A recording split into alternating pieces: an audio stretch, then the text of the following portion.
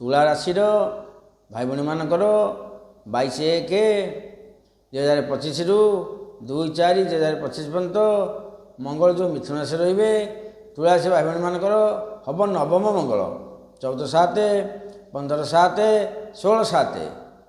ତିନି ରାଶିର ହେବ ନବମ ମଙ୍ଗଳ।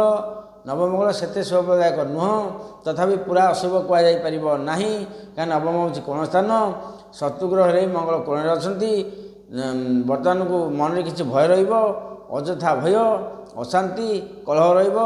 ଚତୁର୍ଥ ଦୃଷ୍ଟି ଦ୍ୱାଦଶ ସ୍ଥାନ, ବ୍ୟୟ ସ୍ଥାନକୁ ଅନିଦ୍ରା ରୋଗ ସୃଷ୍ଟି ହୋଇପାରେ, ରକ୍ତ ଦୂଷିତ ହୋଇପାରେ, ବ୍ୟୟ ଅଧିକ ହେବ, ଦୁଶ୍ଚିନ୍ତା ଯୋଗ ସୃଷ୍ଟି କରୁଛି।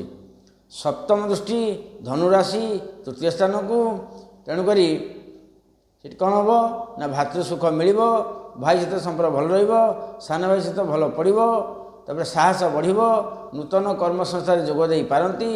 ଅଷ୍ଟମ ଦୃଷ୍ଟି ଚତୁର୍ଥ ସ୍ଥାନ ମକର ଘରକୁ, ମଙ୍ଗଳଙ୍କର କ'ଣ ହେବ ନା ଜାଗା କିଣିବା ଯୋଗ ଆସୁଛି, ଘର କରିବା ଯୋଗ ଆସୁଛି, ଚାରିଚକିଆ ଗାଡ଼ି କରିବା ଯୋଗ ଆସୁଛି, ମାତୃସୁଖ ମିଳିବ।